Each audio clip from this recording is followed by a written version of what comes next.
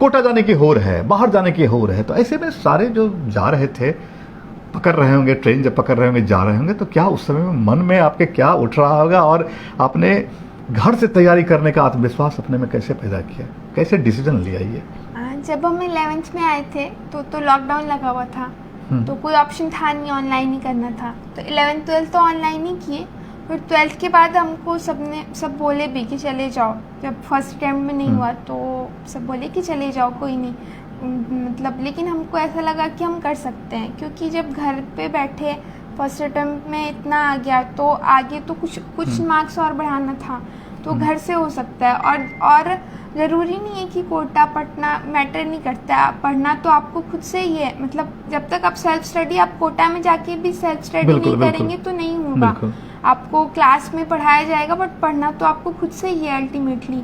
तो आप कोटा रहे, पटना रहे, दिल्ली रहे, से मतलब फ़र्क नहीं पड़ता, मतलब कि आपके याद रखने का कोटा फुल होना चाहिए। हाँ। कोटा जाकर के नहीं, मतलब आप जो है अपना कोटा माइंड में जो कोटा बना हुआ है उसको आप फुल रखें।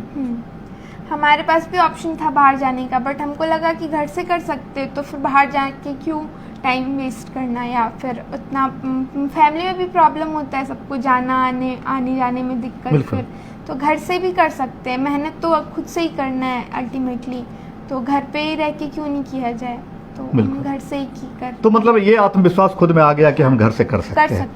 क्योंकि एक बार पहली बार कह रही हैं कि परिस्थिति भी थी, सर्कमस्टांसेस ने भी स्नेहा को तैयार किया घर से तैयारी करने की, कि पहली बार लॉकडाउन लगा हुआ था और कोविड का समय था, उस समय में तैयारी करने का दूसरा कोई बाहर जाने का कोई स्कोप था नहीं, तो इसने अनअकैडमी से तैयारी की, ऑनलाइन कोचिंग की तैयारी की। ऑनलाइन कोचिंग भी हमें लगता है कि सबसे ज़्यादा अगर प्रचलन में आए, पॉपुलर अगर हुआ, तो उसी लॉकडाउन की वजह से ही हुआ, कि लोगों को ऑफलाइन कोचिंग मतलब फिजिकल जाकर के क्लास करना काफ़ी मुश्किल हो गया। जगह जगह जो है वो लॉकडाउन था, बंद थे कोचिंग संस्थान, तो ऐसे में ऑनलाइन कोचिंग वालों ने एक फैसिलिटी दी, और उस फैसिलिटी में जब बहुत सारे छात्र जब गए उसके अंदर, तो उन्हें लगा कि ये भी अच्छा ही है, ये कहीं से कोई बुरा नहीं है। एक तो उसमें कई चीज़ तो हमें लगता है कि प्लस पॉइंट है।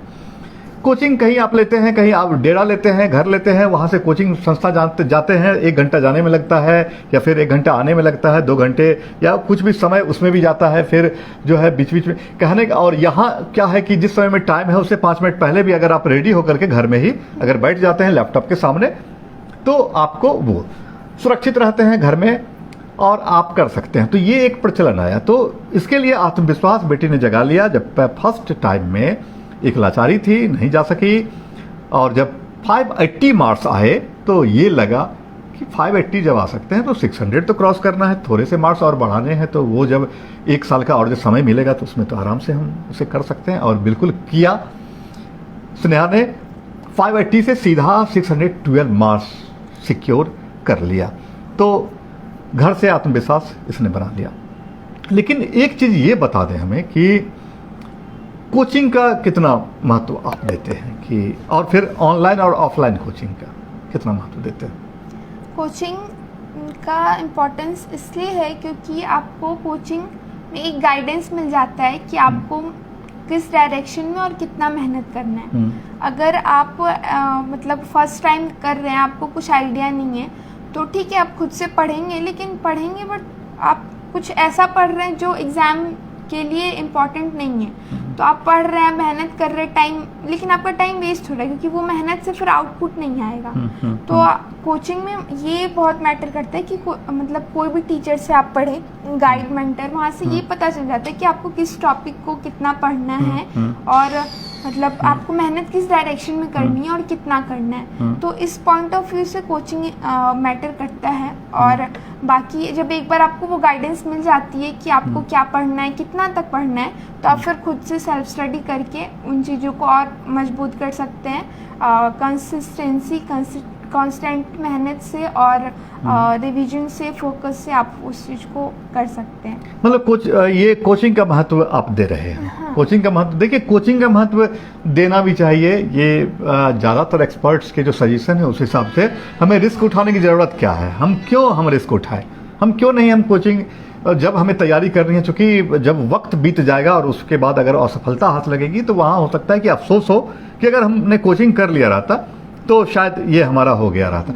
कोचिंग वैसे भी सिस्टमेटाइज करता है। हाँ। आपको एक जो है एक ट्रैक पर आपको बने रहने में कोचिंग मदद करती है उसमें। तो इसलिए चलिए ऑनलाइन हो या ऑफलाइन हो, आपका अपना चॉइस होना चाहिए, आपके अपनी कैपेसिटी पर वो डिपेंड करना चाहिए, लेकिन कोचिंग का